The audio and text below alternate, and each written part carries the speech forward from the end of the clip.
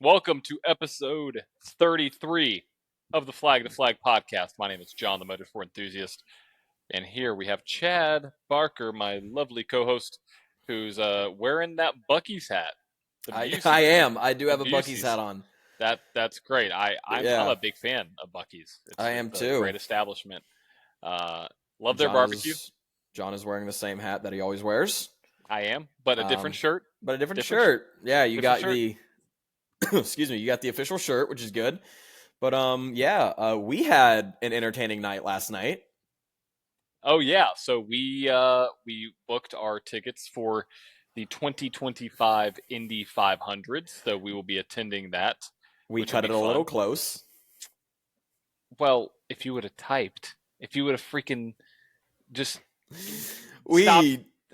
It was a whole thing. It was a whole thing. We'll probably talk about it at some point. I don't know, but yes, we are bringing our two friends, my close friends that I kind of sprung onto John, and then Yeah, they became friends.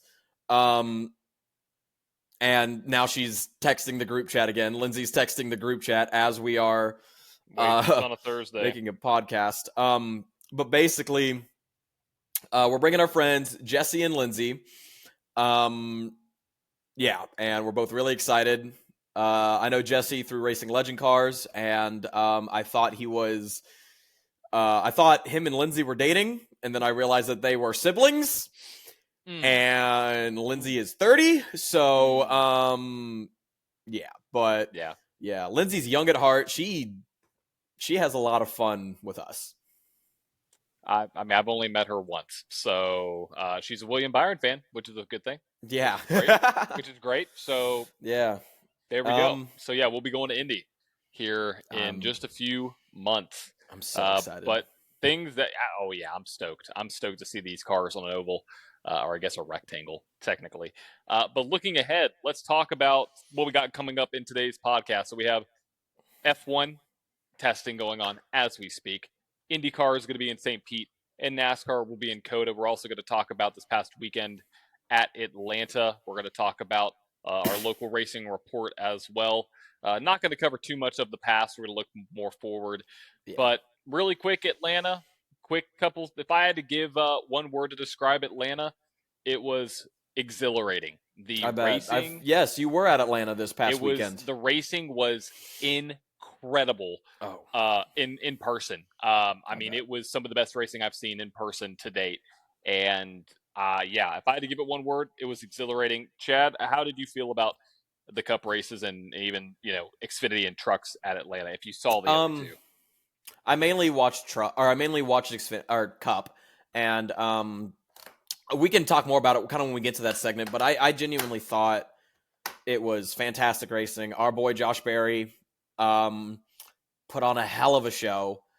We had a shot there at the end.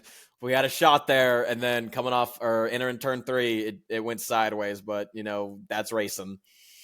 it is. We will talk more about that. Some of the stuff that kind of I don't know if I want to call it controversy or about some of the decisions that were made towards the end of that race. How drivers felt towards other drivers, and yeah, that's super exciting. But let's kind of dive real quick into IndyCar. Like John said, there's really not much of anything new. Excuse me, anything new other than just kind of looking at the website. Just kind of getting excited. People We have are St. Pete calling. coming up. Yeah, we have St. Pete coming up. The biggest thing I'm really seeing right now is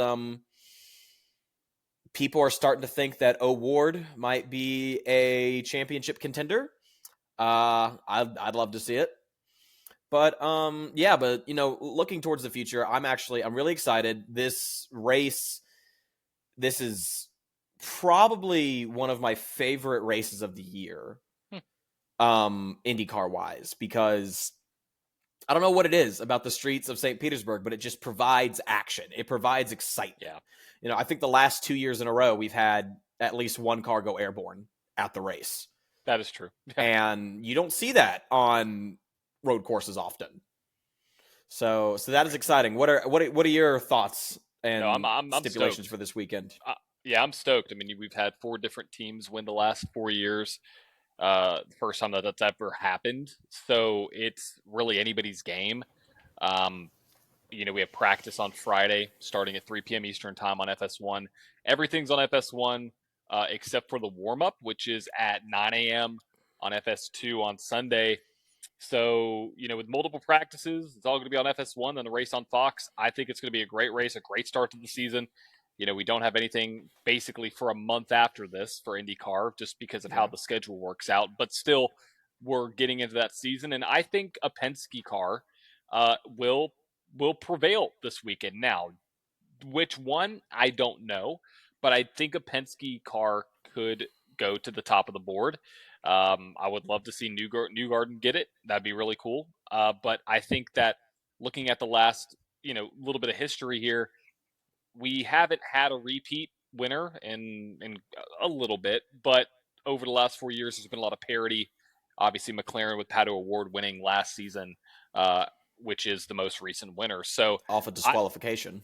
Yeah, exactly. So I think you're gonna see. If I had to give a pick, I think Newgarden could get it done. We're picking early. We're picking early. Okay. Yeah, but anybody in that Penske lineup, I think, is going to be fast. So I'll put my money on any of the Penske boys. So that's where my head is at. Just looking at the racing, looking at testing, looking at all that jazz. Obviously, testing you almost have to take with a grain of salt. Different track, but yeah, that's where my head's at. But I'm curious, Chad, what do you think? I mean, kind of going back to what you said, yes, we have to take testing with a grain of salt, but at the same time, we saw Penske come out the gate swinging. All right, we had Will Power top of the board, showing that, there's been discussions with Will Power about how his age, him being one of the older guys on the grid, is he going to lose that, fight? Is he going to lose that, punch that he had? And it doesn't seem like it. He was top of the board.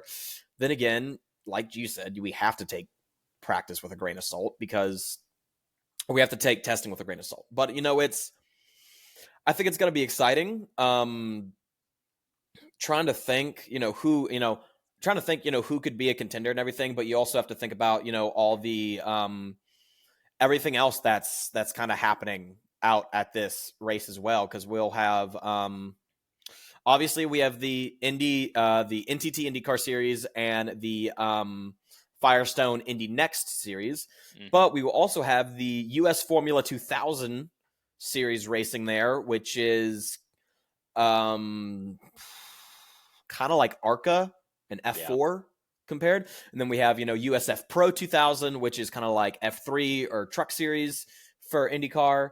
And then I also just found this out. We will have Mazda MX-5 Cup. Oh, the Mazdas. Mazda MX-5 Cup. Miatas. Will be racing as well. And it's and the really cool thing about all this is USF 2000 and USF Pro 2000, you can actually watch that live on your excuse me on your on YouTube. Not entirely sure. I wouldn't be surprised if you could watch the MX-5 Cup live on YouTube as well, but don't take my word for it. I'll look that up here in a second. And then you get to watch the Indy Next race from FS1, like primetime television. Yeah. On Sunday, which is fantastic, and so it's 10 to 11 Eastern time. Yeah, and then what I'm really interested in, I know this is a little off topic, but I mean, what I'm interested is are we going to see a competition between IndyCar and NASCAR for who gets, most of Fox's attention? Do you think that's a possibility? I don't. I think it's already kind of decided. I mean, it's decided in the contracts. I mean, Fox is the only broadcaster for IndyCar. Yeah, and that is true. But you did say that. Correct me if I'm wrong here. I watched this video on an Instagram account called the Motorsports Enthusiast, and it was NASCAR ratings were up 20%? 10%. All right. For the past 2 races, which is it a big number? No, but it's not down anything. It's not 0. It's up. So I think that's good. I think a part of that has to do with the fantastic racing we've seen the past 2 weeks. Oh, But yeah. getting back to IndyCar, yes. Obviously, I'm going to be cheering for Newgarden, but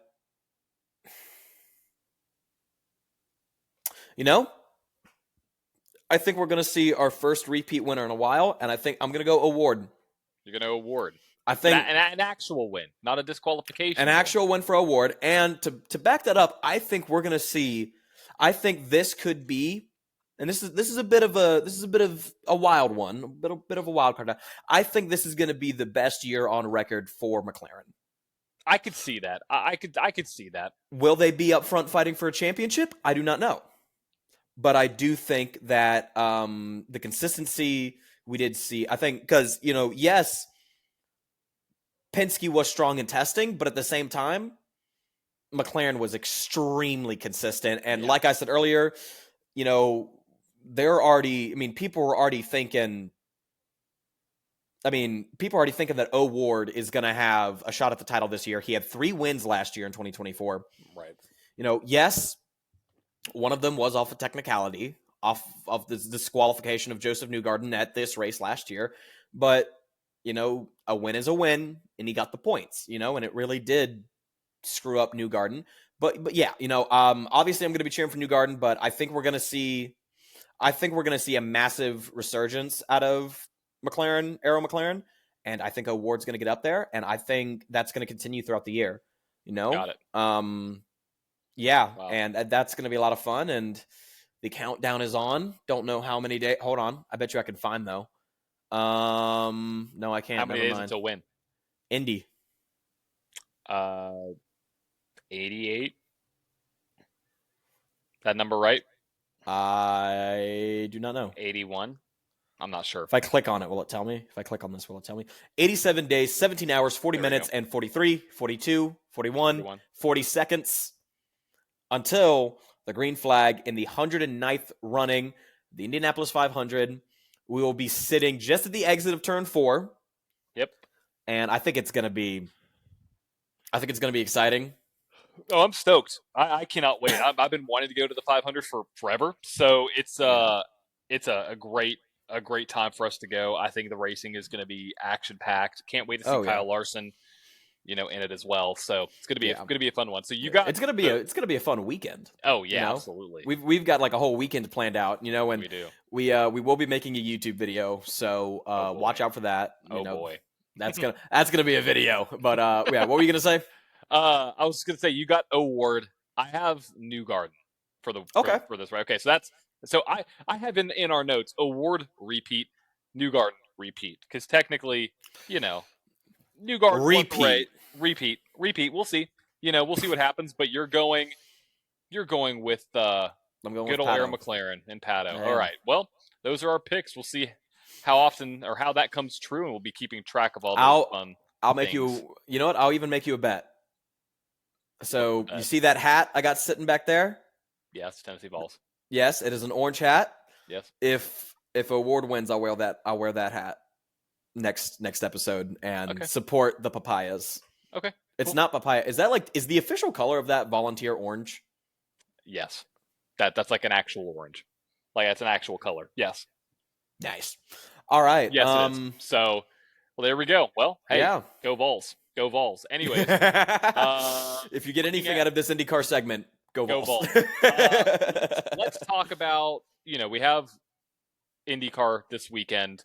Yeah, we'll have a heavier IndyCar segment next week. After we watch the race, and frankly, I'm going to be watching a bunch of that racing. I'm super excited. I'm stoked. I think it's going to be really, really awesome. Yeah. For what they have going on, their storytelling elements, the marketing they have, it's all going in the right direction. Oh yeah. Let's switch topics and talk about Formula One. I think this is the quickest we've gotten through some of our topics, Chad. We're on a roll. We are. I think we're both. I think we both have somewhere to be. I think you might have a meeting to go to, and I have a nap to take. So I think we're both meetings, just different kind of meetings. You have a meeting with the back of your eyelids. I have a work-related meeting. So yeah. So sorry. Both productive. Both productive. I love me some naps, bro. I love naps. Yeah, it's a great way to avoid this pile of laundry I got over here. Well, now you're just being irresponsible, Chad. I'm kidding. No, looking at what we have. We got Formula One. It is currently testing in Bahrain right now. And I know we have to take testing with even smaller than a grain of sand. Oh yeah, I mean you have to it's like a little atom. But looking at this board, I mean, it's interesting, and it gets me both excited and not excited at the same time. Right. For sure. So because I mean it's interesting. So the current the final classification for day one of the PM session, just to give you a rundown of this, starts with Lando Norris running 52 laps. He has about a tenth and a half off of George Russell in second, Max Verstappen in third, Charles Leclerc in fourth, and then a surprise name who I hope this actually will translate into on-track success. Yeah. Carlos Sainz in a Williams in P5. And let's just going through this. Alpine, Pierre Gasly in sixth, Kimi Antonelli in seventh, Lawson in eighth, Albon, the other Williams, in ninth, and Yuki Tsunoda in 10th. And so a Williams top 10 before we even see a race already. Once again, we're going to be heavily emphasizing this. This is just preseason testing. Nothing is. No, you can't. Yeah, so they have that green goo on the car that tells you where the air's going. They have big. Did you see that funny video that F1 posted of all the McLaren mechanics? Were they around the car? Were they around the car? And then the guys try to take a photo, and they're putting their hand up and everything. It's just I wonder what that's got to be like. Because either way, someone's boss is going to be pissed. Either if you're the photographer, your boss is going to be pissed because you didn't get the shot, or if you're McLaren, your boss is going to be pissed because you let the guy get the shot. So I mean, it's one of the things, and I think if you're a photographer, you kind of know Well, I think it was a joke too. They were all laughing. It looked like and having a good time. Yeah. So I think it was more of a joke. But no, somebody's boss is not going to be happy. And so, but whatever they have going on over there, at least right now in testing, they have top of the board. You have to give them that. But looking at, I'm just saying, you have to give them, with what we know. Obviously, there's a lot of things happening. They've got one car on the top of the board. Yeah. We look at the second McLaren. All the way down to 17th out of 20. So that's interesting. That tells me two different strategies in there. Knowing a little bit more about what the teams were doing. Looking at Haas, they're at the bottom, 19th and 20th. They were on a completely different plan than everybody else. They are. It was not. Yeah. Don't be worried, Haas fans. Them being at the bottom is not an indication of their speed. Well, it's clearly what they were doing comparatively. Also, we had a lot of things happen. There was a power cut. There were spots of rain. I mean, it was there was a lot of things happening in this first session. So you have to take that even with a bigger grain of salt or a smaller grain of salt. There's so many factors to go into it. I mean, the biggest thing that worries me seeing Haas at the bottom is, I'm just going to go through the time differences from the top 10 down, from 11th on down. So we've done the top 10. Here's the 11.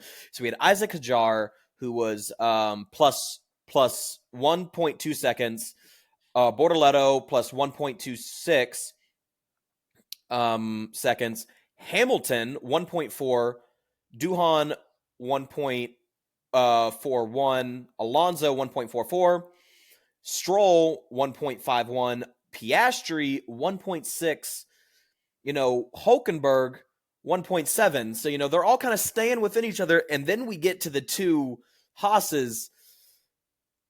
The gap between Esteban Ocon and Lando Norris's time of 1 minute 38.430 seconds is 3.17 seconds off.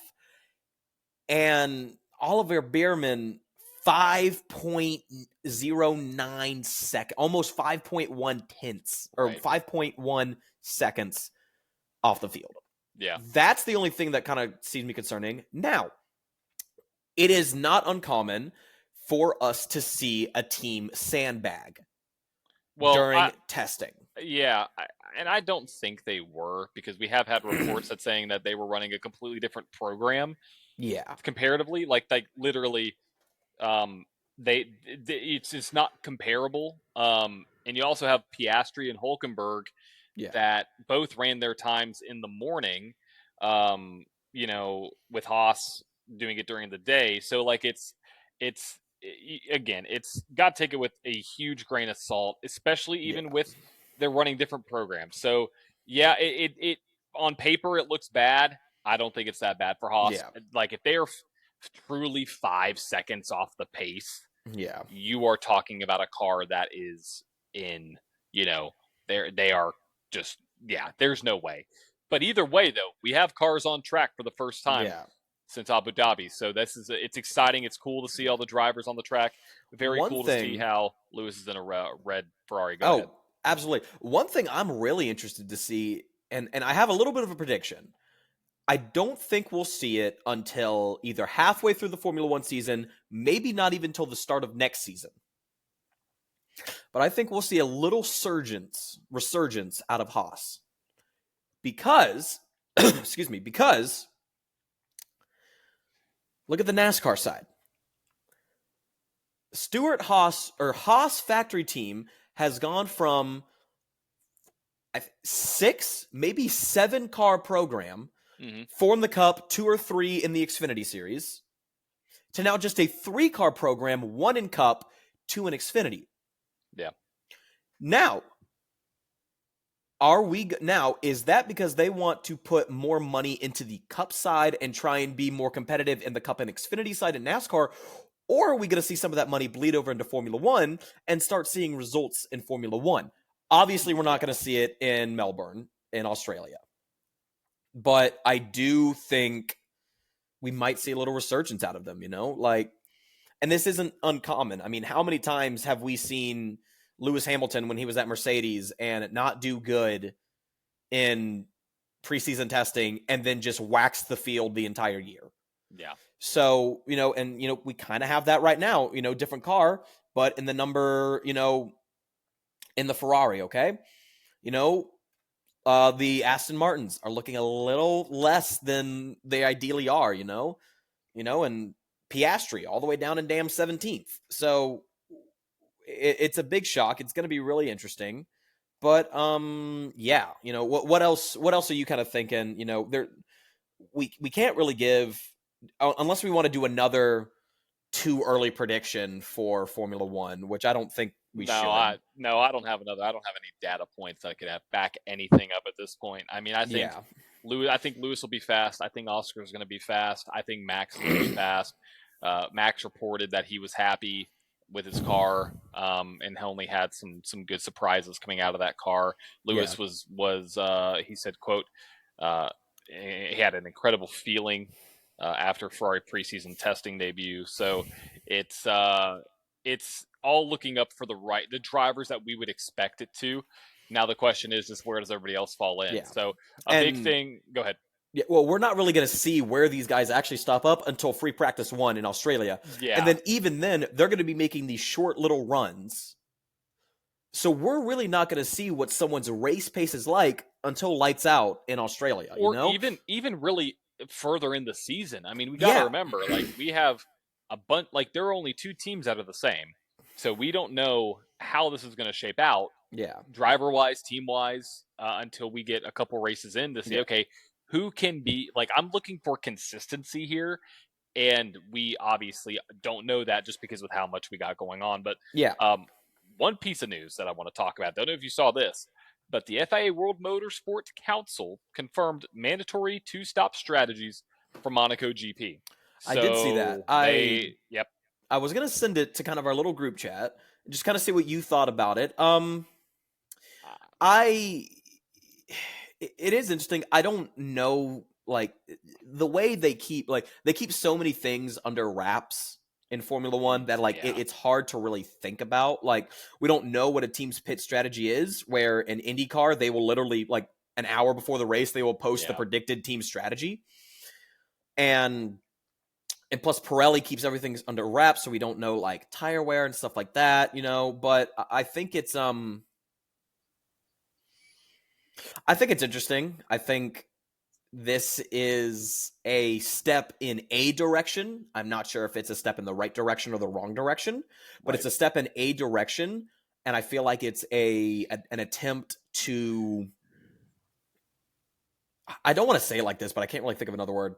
It's almost an attempt to manufacture racing. Oh, because I mean, you're right on the dot. So they said, quote, with the primary the intent of this is to, quote, improve the sporting spectacle of the event. I mean, it's all for the semantics of it, and I think. But how do you improve a race that is won in qualifying? Well, so what they are going to do is they are going to be now required. Drivers will be now required to use at least 3 sets of tires in the race with a minimum of 2 different tire compounds to be used if the conditions are dry. So you have to, which not anything atypical. We've seen but it says drivers will be required to use 3 sets, which means the car or the tires that are on the car on the grid, then they come down and change them twice. So really, it's not too different from what we're used to seeing. It's just the fact that it is mandatory. It's a mandatory 2 stop. So I understand what they are trying to do. I don't think adding pit stops. I mean, it's one way or the other. Like I don't see how it could enhance the racing outside of maybe just adding a little bit more forced strategy play into it. Yeah. Like, because here's the thing: if everybody theoretically just adds one more stop, to the race, like, and you have to change your tire compounds. If it's just follow the leader, then nothing's going to change. You know what I mean? Like if the leader goes on the softs, second place goes on the softs, the rest of the field's probably go on the softs. Like I don't know if a pit stop is really going to be the answer. The big thing, Monaco is more of a spectacle or just I'm trying to find or just like it's true. It's a destination. To find the word. It's like it's more nostalgic. Yes, that's the word. Yeah, and like granted. The fact that they run at the speeds that they run and the size of cars that they have, it's incredible. It's phenomenal. But again, I don't know what they can do. I don't know if adding a pit stop is really the answer. You know, I mean, it could add a little bit of a strategy play because now you have to use. You have to use 3 different sets of tires with a minimum of 2 different tire compounds if it's dry. And these teams, they also have to buy the tires and everything. So this is also cost effective for the teams as well. But at the same time, this isn't an issue that we only see in Formula One, really not even in racing. I mean, we could make an argument like this where, you can hype up the MLB season as much as you want. You can't control the on-field product. You can't control the on-track product in racing. Yeah. You can attempt to, and that's what I feel like this is. I feel like this is an attempt to control the on-track product.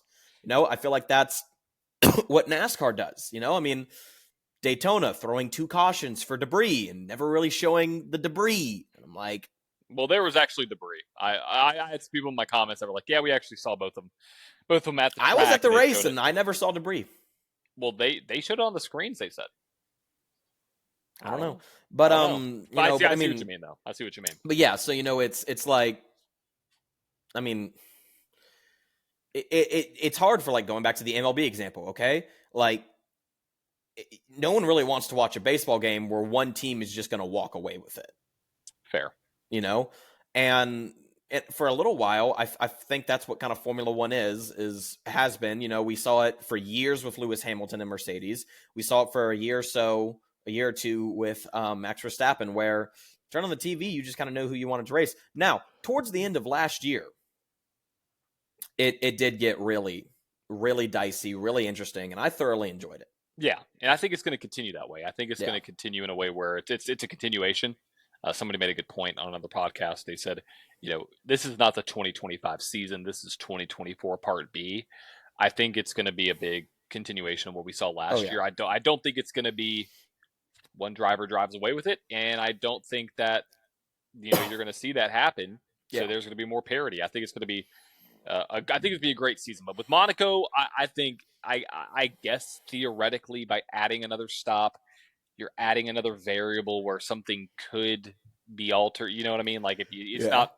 I mean, but again, if the teams are all on a very similar strategy, one more stop is not going to do a lot if it's a very similar strategy across the board. But I do like it because it does open it up if you want to go medium, soft, medium, or soft, medium, medium, or medium, soft, soft.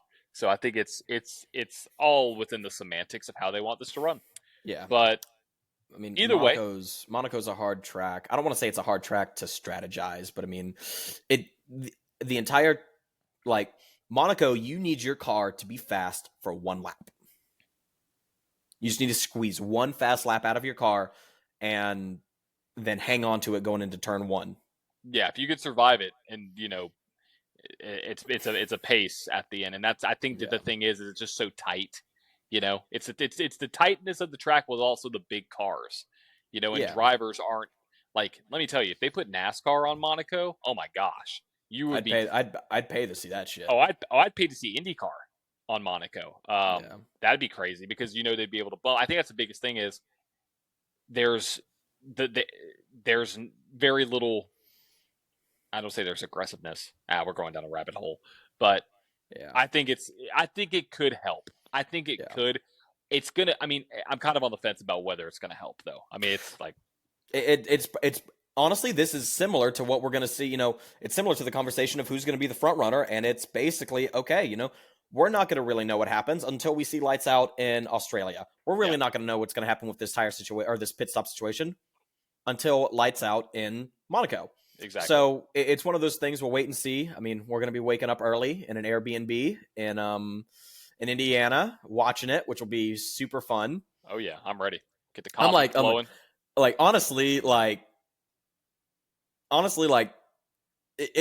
I'm so excited for Indy.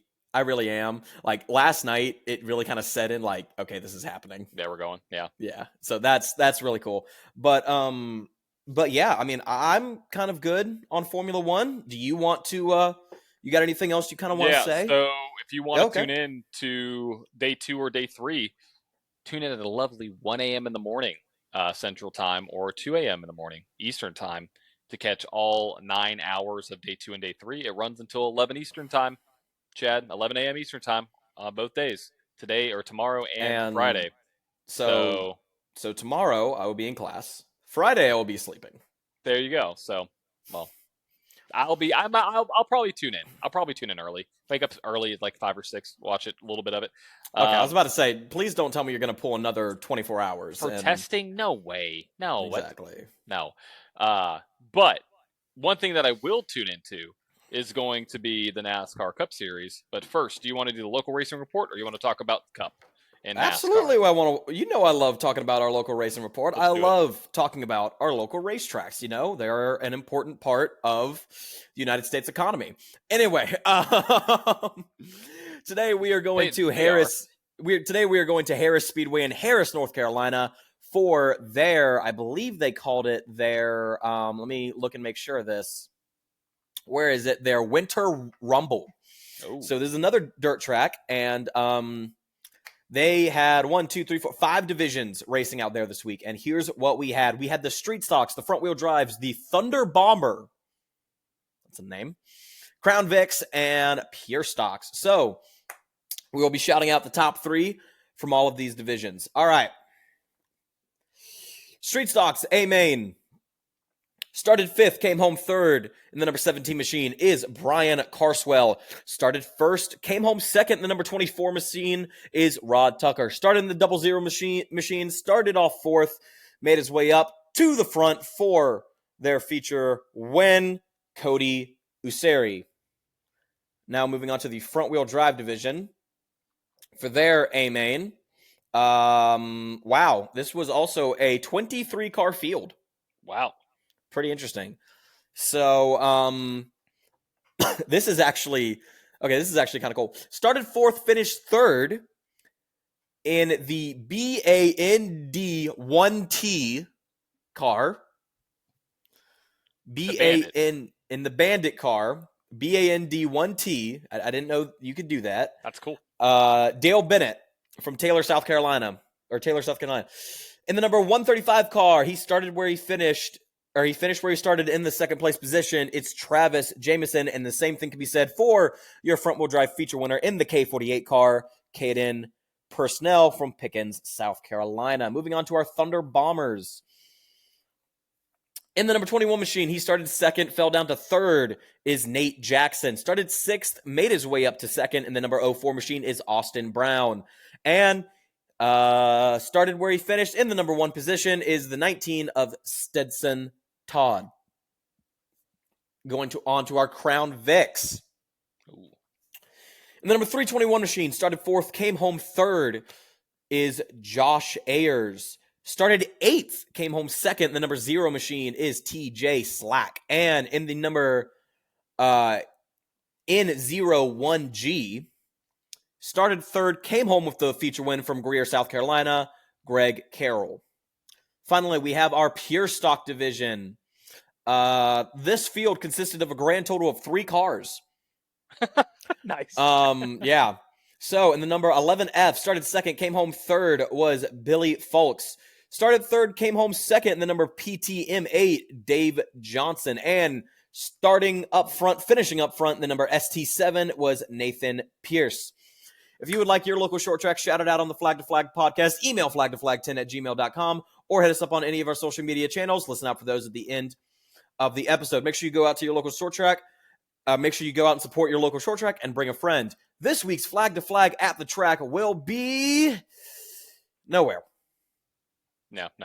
No. Are you going anywhere, John? No. So I have this weekend off. I go to Nashville next weekend. I have one more weekend off. Then I am wide open till November. Then you got November. Busy freaking year. 2025. Yeah. Wow. And somewhere within all of my plans, we're going to film a podcast. That's the goal. We're going to try and, it's, this new laptop I've got, it's not too new anymore, but this new laptop I've got, it's made that a lot easier, being able to film stuff like out and about, which is a lot of fun. 100%. But yeah, are we gonna see Mr. Derugeris at any local short tracks this year? We know we're gonna see him at 1.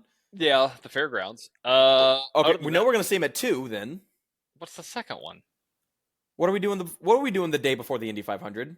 Oh, yes. I Anderson Speedway. Yeah. For the little 500. That's gonna be a race. That is gonna be insane. I want to see some kids just like two sock 'em rock 'em robots just go at it, just two kids start punching each other. I think each other up.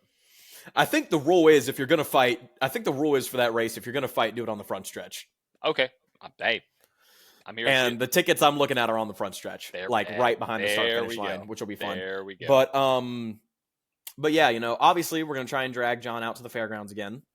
Drag me out there. I'll be there. How many races do you think you're gonna be able to make at the fairgrounds? Yeah.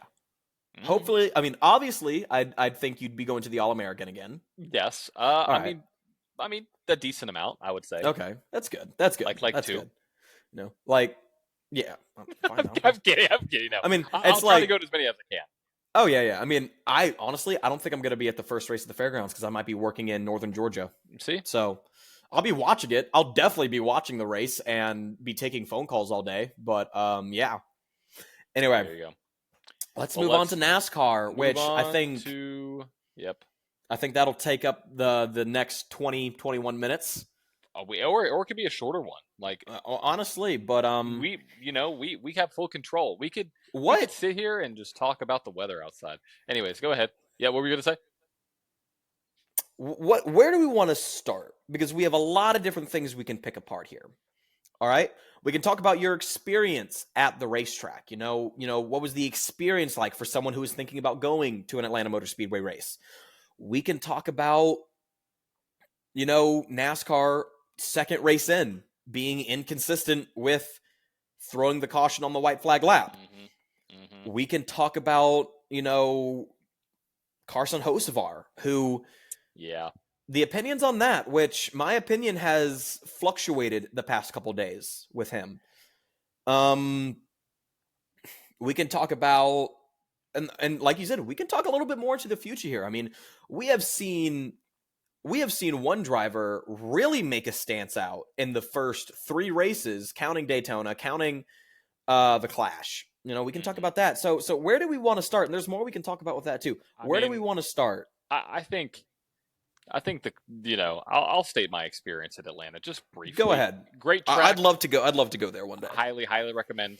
I'm going to keep it brief. Highly recommend. Probably one of the best races I've been to. One of the best race weekends. Yeah. All 3 races were fantastic to watch. Tons of action, tons of battles. The racing product's great. The facility's great. It's an SMI racetrack. The facility's going to be great. Yeah. It crossed off all my boxes. Like Really? Any complaints? No, nothing. No complaints. So really? The fact that Chastain didn't win because he was my pick, but that's and it didn't race to the line. But other than that, a little cold. That's nothing that SMI or AMS can control. No, it was a little cold. They had Chipotle there. Love Chipotle. Really? Yeah, because Ryan Blaney, they did an activation. I forgot. Yeah. Yep. So we ate that both days. That was tasty. Haulers were great. Watch the hauler parade. No, I'm just the merch haulers were good. Oh, and how they set that up. It was better than Nashville. I'll say that. It was. You turn a quarter-mile track into a drafting-style track. Everyone knew it was going to produce good racing. We just didn't know it was going to be this good. Yeah, I think it was. Phenomenal. Traffic there was fine. Next thing you know, Texas and Charlotte are going to be fucking. I hope not. I genuinely hope not. Yeah, I don't think they would do that. I hope they bulldoze Texas. Yeah, they can do it to that one. But overall, great experience. But I mentioned it. Let's talk about the finish. So I'll give my thoughts. I don't hate the call. I hate the inconsistency because a bigger wreck happened at the Daytona 500 and they didn't call it, and a smaller wreck happened at Atlanta and they called it. I don't what is the line? They had it set up for another 3-wide finish. It was going to be another 3-wide finish, Chad. They had back-to-back 3-wide finishes. Then they fucked it up. They blew it. It was gone. And that's the thing. It's gone. That's the thing. It's NASCAR can't script unless, depending on how deep of a conspiracy theorist you are, NASCAR can't control the race. Of course. But to me, this feels like Drive to Survive in 2021, where they're handed something on a silver platter and they screw it up. Right. It's almost now becoming expected to see these kind of finishes at Atlanta. We could have had a 3-wide finish. To have 2 3-wide finishes in the same race back-to-back years. Come on. Imagine what the next race ticket sales are going to be like from a business standpoint. People are watching this and be like, yo, the racing, and plus from the videos you posted, it's not like other super speedways where it's either really hard to see the cars at the end of the track, or you can see the whole track and they're bumper to bumper drafting off each other the entire race. It's insane to watch. Yeah, they're making moves. Kyle Busch made some of the best moves I've ever seen in a race car. Just slingshot to the bottom. Chastain at the end of that race. It was even Sophia was entertained. And she's she's not nothing against Sophia, but she's a Formula One fan, so right. No, I know, but she's more into Formula One than NASCAR, and she was even oh my gosh, this is kind of wild. And for her to say that about an oval, I was like, okay, this just made you fall in love with her even more. Exactly. It was a great race. I think it's definitely a race that I'm already looking to go back to. But let's talk. Going back to the finish though, I think they didn't know it was going to be 3-wide. But I think literally I sat and compared last week's wreck, the Indy 500, to this week's wreck, or this past week's wreck at Atlanta. And when you compare the two, Daytona's was worse. It was. And you would argue that Atlanta had a better race to the finish. They had 3 cars that could have won. Like, imagine if Hocevar would have pulled that off. Like, that's my thoughts. If Hocevar would have won this race, Instagram and TikTok would have been in a they would have sandstorm. been. Yeah. So, let's talk about Hocevar. Yeah. You know, and we can't talk about Hocevar, but I kind of want to dig a little bit more into this whole finish thing. I mean, I'm gonna play a little bit of devil's advocate here on behalf of NASCAR. All right. When the wreck happened at Daytona, like, also we're talking about a track that is a mile shorter than Daytona, and in a sense, they might have thought that it would have been okay, like if the cars are wrecking going in on the front stretch going into turn 1 after the white flag's been displayed, that's understandable because we know that the cars are going to be coming back around to that same area around the same speed. Where the wreck happened in Daytona was the cars have plenty of time to get back to the line under speed and then slow down before they get to the damage. Atlanta, it's kind of difficult. It was the same thing. It is, but they don't have as much time. Then again, and once again, this isn't a track where they're using brake much. So their brakes aren't worn in or anything. Like, I don't know. I'm trying to play devil's advocate here, but they're not making it easy. Yeah. All right.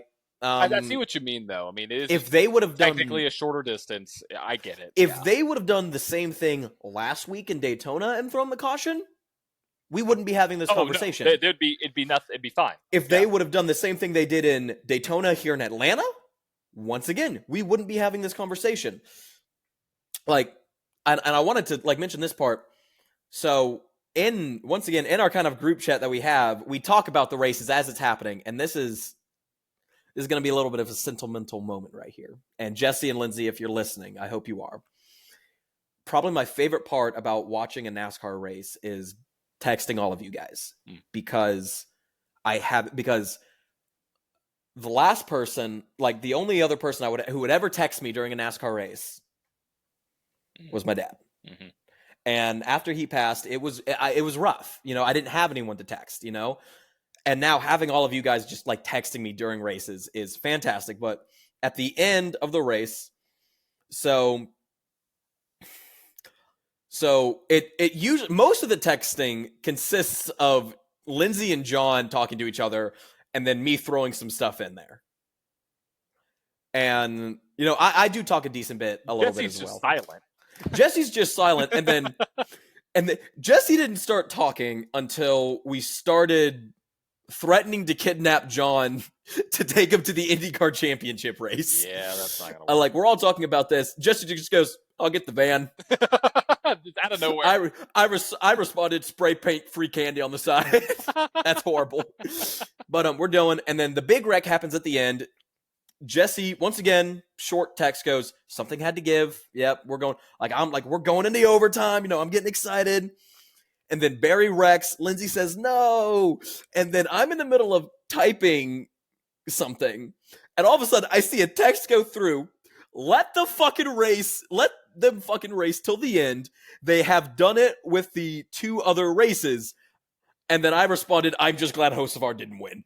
And it's just like that boom of energy. You get that out of Jesse, and I love it. But yeah. But yeah, you know, but that was the one thing I wanted to throw in there. And I do thoroughly enjoy sitting down and texting you guys during the race. It's fun. It is. But speaking of Hocevar, getting into Hocevar, at first I was like, what the hell is this dude doing? But then I heard other people's perspectives. I heard his perspective. I kind of heard other drivers' perspectives. And to be honest, my opinion changed a little bit. I think Hocevar isn't one of those guys who week in and week out we're saying is a contender. You know, he's not a William Byron or a Joey Logano, or yeah, I knew you'd get a kick out of that, or a Kyle Larson, to where on a week-to-week basis, like even this upcoming weekend in COTA, they're a decent pick. He's not one of those guys, and I'm even willing to say, up until this year, even on a super speedway where the odds are larger. And what I think is that Hocevar saw he had speed at Daytona, knew we were coming to a drafting track, and, let me look. The next drafting track we go to, I believe, isn't until April. Dega. Yeah, it's Dega. Yeah, because I'll be at that race. Let me tell you, I will put maybe $1, maybe $2, maybe $5 on Hocevar. Like that. Okay, so we're talking about this, but we also we had old Kyle Busch come back, which I loved. We had old Kyle. That's how you know. Boy. That's how you know when Hocevar or when you piss Kyle Busch off is when we see older freaking. I don't care. Wrecking Ron Hornaday under caution. I don't care if I wreck the field. I don't care if I wreck the field. I'm wrecking them. I'm taking them with me. Don't care who comes with. I love that. And then we had Ross Chastain talking to him. Then we had Ryan Blaney talking to him. I don't know, but then I feel like Hocevar's I feel like Hocevar doesn't like being one of the guys who isn't talked about every week.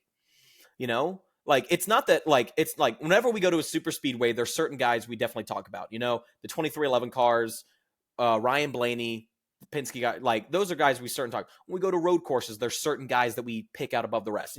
Then, like I said, we have the Byrons, we have the Larsons, who we talk about every single week. Well, Carson Hocevar, he's not really in those conversations any week. Yeah. Whether it be a short track, whether it be an intermediate oval, whether it be a super speedway, whether it be a road course, he's not in those conversations consistently. Right. Like we're seeing with a lot of these other guys. So I think he's tired of that. I think he wants to go up there. I think he understands that he's not in the best equipment. And I think he's trying to show that he wants to be put in better equipment, because we're having every year we have a number of driver contracts that expire, and so it's going to be interesting. But was he being too aggressive? Was he not being too aggressive? Was he just racing hard? And frankly, to be 100% honest, I don't know. Like, I'm sitting on the fence right now. Yeah. I mean, I'm right there with you. Yeah. I could see why he could be seen as over aggressive, and I can see that. But at the same time, is he being over aggressive? Yes, maybe, but he didn't destroy his car, and he came home second, his highest finish yet. Yeah. You can't really argue with that. Yeah, I think it's, from being there and seeing the moves. I mean, he was aggressive, but I think the whole field was. I just think it's, there are some times where it's ill-timed aggressiveness, and I always go back to when he intentionally wrecked. I forget who it was, but when it was in the Truck Series Championship, took out the other contender. That was it. Like, I'm like, you got to think, and I think that there is a lot of times where, yeah, I mean, he gave Bell a shot into 3. Yeah. Made it 3 wide. Great move.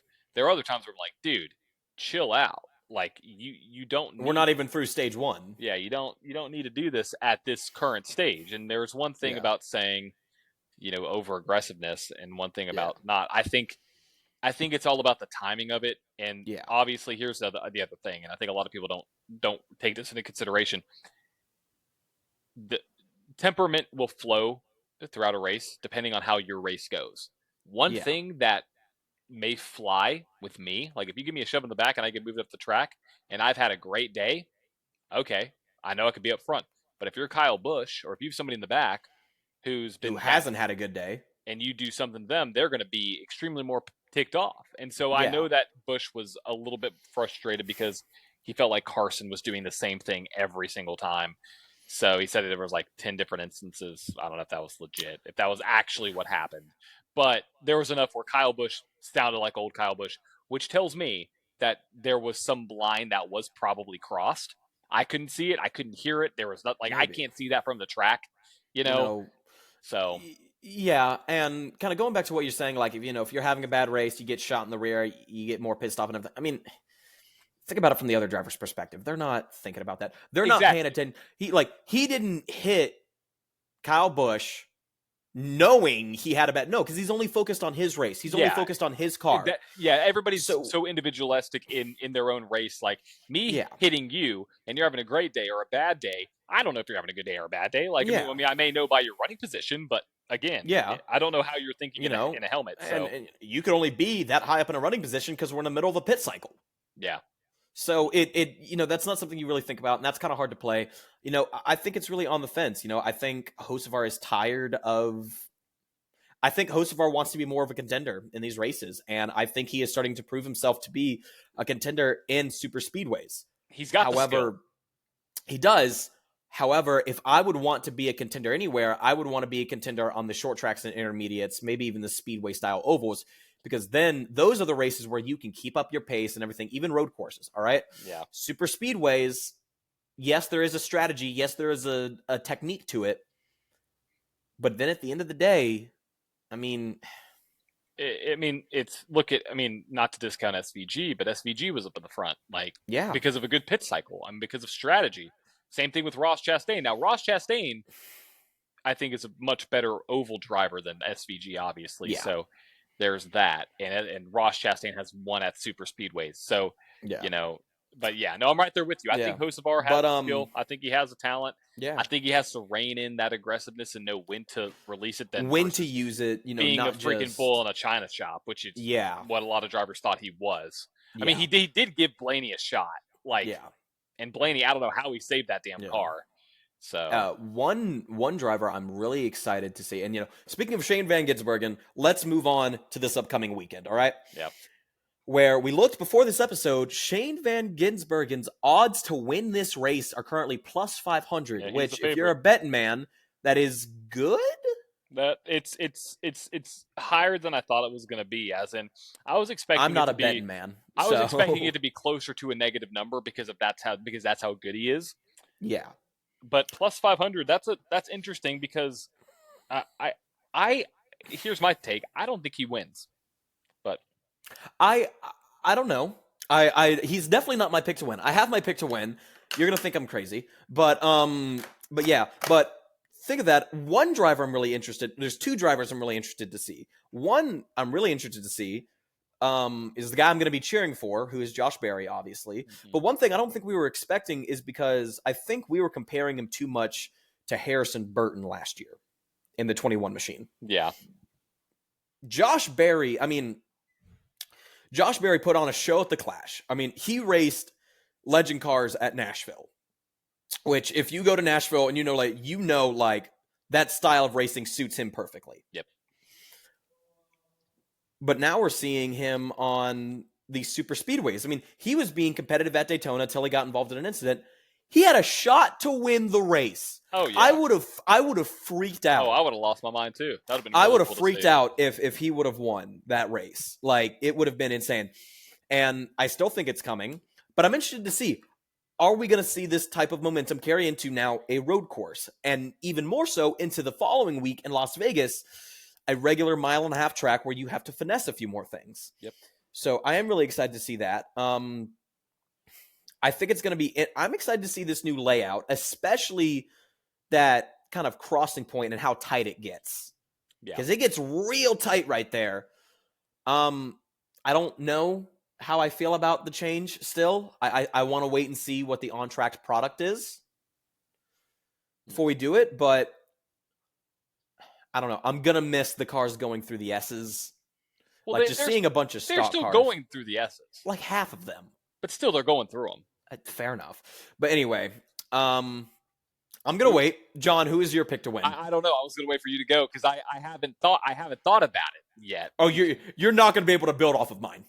I can guarantee it. Can I take a guess at who you're picking? Go ahead. Is it Josh Berry? No. Eric this Jones. Driver? No. An FRM guy? No. Cody Ware? No. Ryan Preece? No. Bubba Wallace. No. Who the hell are you picking? 3 years ago, no one knew this driver's name. And now all of a sudden, every time he gets in a race car, he does magic. In a red car? Every time in a race car, he does magic. Oh. He had the opportunity last year to hop in a JR Motorsports car at Watkins Glen. First time ever in an Xfinity Series car. Oh. Not only does he put it on the pole, No. but he wins the race. No, that's not His happening. one. This person is undefeated in the. This person has a 100%. Well, not anymore. In 2024, this person had a 100% win rate in the NASCAR Xfinity Series. 100%. Did any of the other drivers have that? Did Justin Allgaier, last year's champion, have that? No. I can't believe you're. So that's why my pick for the 2025 Echo Park Grand Prix at COTA, the number 87 machine of Connor Zilisch. He's good. doing it. He's good. He's good. He's fantastic. Don't get me wrong. I saw him race at the fairgrounds at Nashville, and I was like, who is this kid? Yep, understood. I get it. I get it. I get it. I got the diecast when it got released on Monday. I understand. I get it. Here's my only worry. Oh God. He's never raced a cup car. He never raced an Xfinity car. It is a sequential gear shift cup car with 40 other drivers who will send you into turn one. I know that.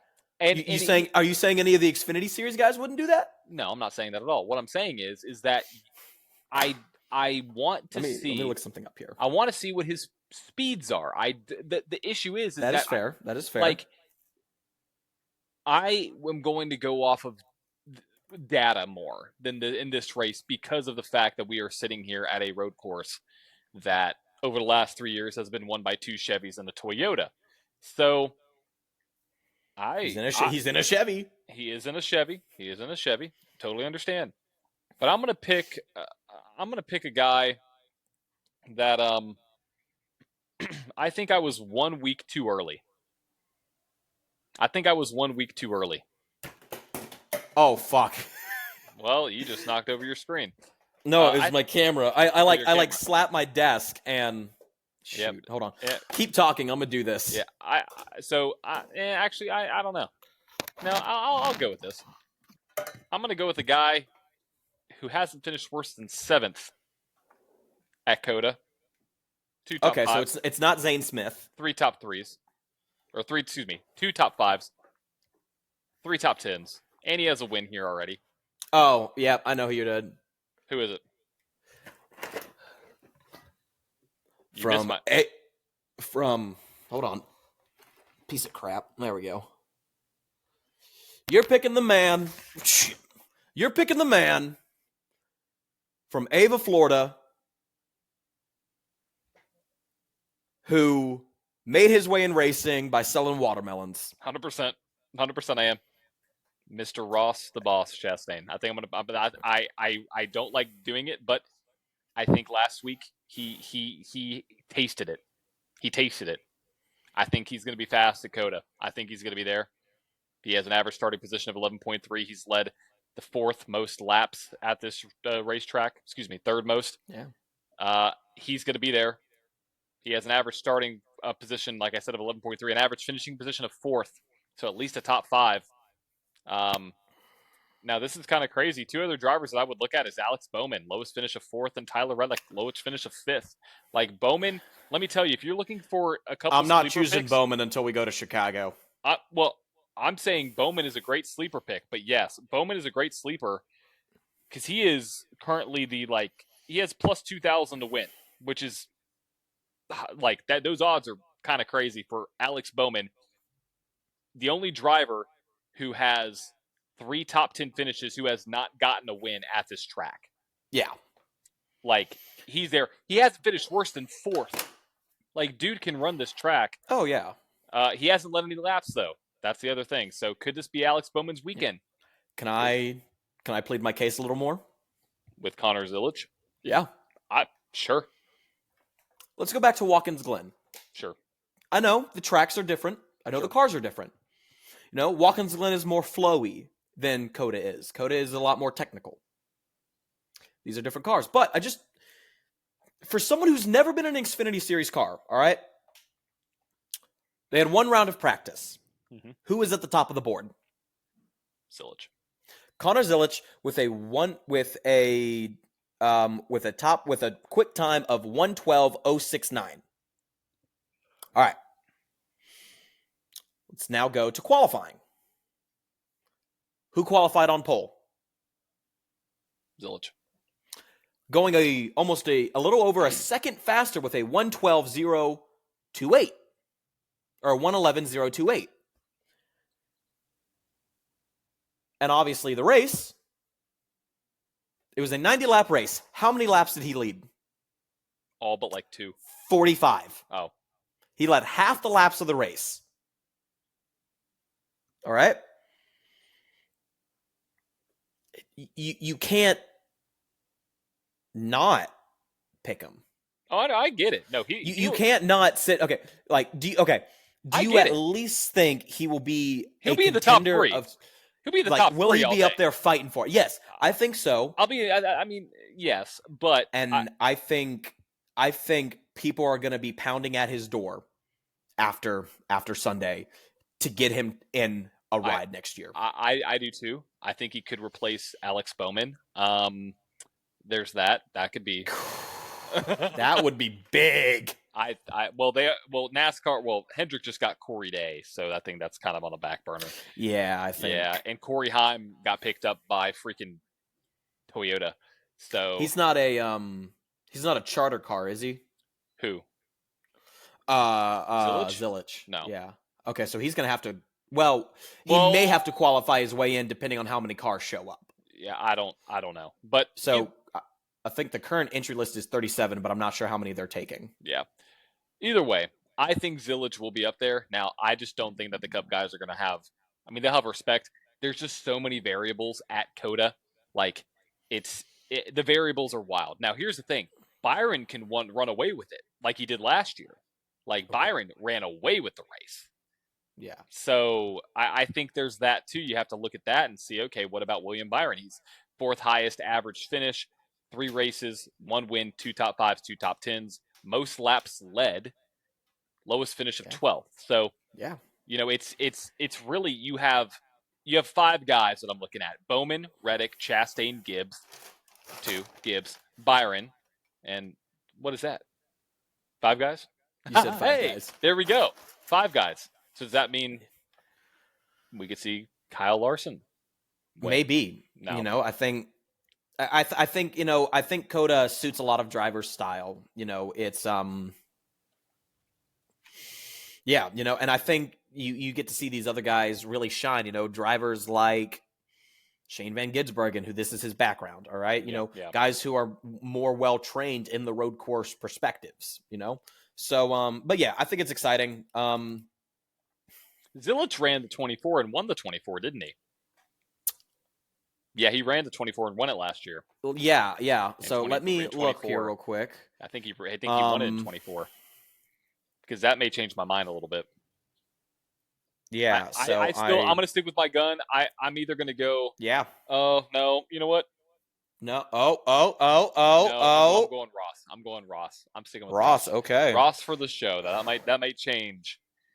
Going forward. We don't have an official schedule out yet for schedule. Here we go. Never mind. Yes, we do. Yeah, we should. So the NASCAR Xfinity Series will be there, and the Cup Series, obviously, but there will be another series racing. IMSA. What are they running?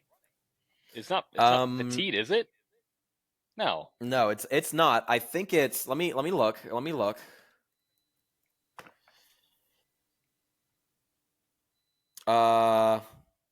Should be this one right here.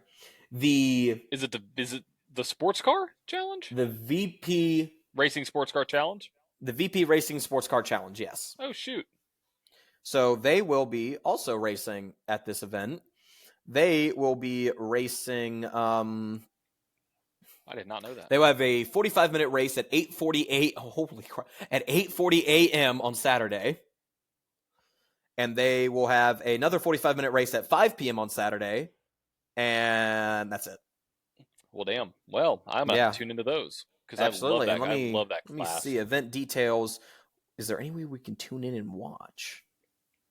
It looks like YouTube. Yep. Race 1 of 2 will be on IMSA TV. Race 1 of 2 will be Peacock.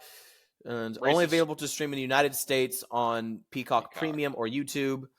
2 of 2. Okay, so we'll be able to probably stream it on YouTube. Yeah.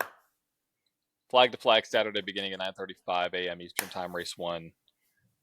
Peacock streaming coverage. Yep. Yeah. Yep. Well, I'm going to tune into that because I love the VP Sports Car Challenge. Oh my gosh. Oh yeah, it is. Those are so fun to watch. Just sports cars in general. What? Hold on. What course are they running on? They're running the National, the big one.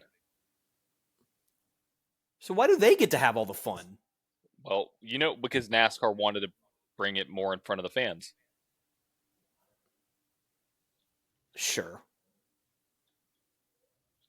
Yeah, I guess that makes sense. Oh wait, excuse me. No, they're running on the same one. They're running the same one. My bad. I got my names mixed up. They will be running on the same one that NASCAR is running on. Fuck it, run both on the big track. I mean, I don't know. I'm not gonna judge until I see what happens on track, and I am interested. If you want to tune in either tonight to the IWM Broadcast Network. We're at COTA on the new configuration, or tune in to watch me tomorrow night on the INRS series. Do you see the chat at all in that IWM? So if I'm driving or if I'm broadcasting? If you're broadcasting. I do, yes. I say hi to you like all the time and you never respond. Oh, well, I don't see you saying hi. I've said hi like so many times. Like you said hi. You said hi in the race when I'm racing, not when I'm broadcasting. Oh yeah. Well, no, I've done it in both. Oh, well, I may have missed it. I may have missed it then. It's fine. But hi, Chad. Thank you so much for watching this week's episode. John has lost outro privileges. No, I'm kidding. Go ahead, send us off. I was gonna flip you off, but no, we got to keep it PG. We don't need any fines here. Can't find anything. I'll Venmo you again. I'll send you another Venmo request. No, I can't. I got to pay for Indy. No. Either way, if you enjoyed this podcast, thank you so much for listening. If you've enjoyed, make sure to subscribe on YouTube or hit that heart button and that like button on Spotify and rate the show and share it with another friend. And make sure to tune into all of our socials as well. We'll be putting out a bunch of fun content there from the podcast, outside of the podcast, some fun challenges like who we think is going to potentially be in the top 10 this weekend at COTA. Those videos did well on TikTok. That was fun. So make sure to follow us at Flag to Flag Podcast everywhere. That's Facebook. Don't worry about X, TikTok, and YouTube. Obviously, we're gonna get somewhere with X. I feel like we can do something. We'll figure out our spot. And on Instagram, it's at Flag to Flag _podcast. And that is going to wrap up episode number 33. We've reached checkered flag. We'll see you next week.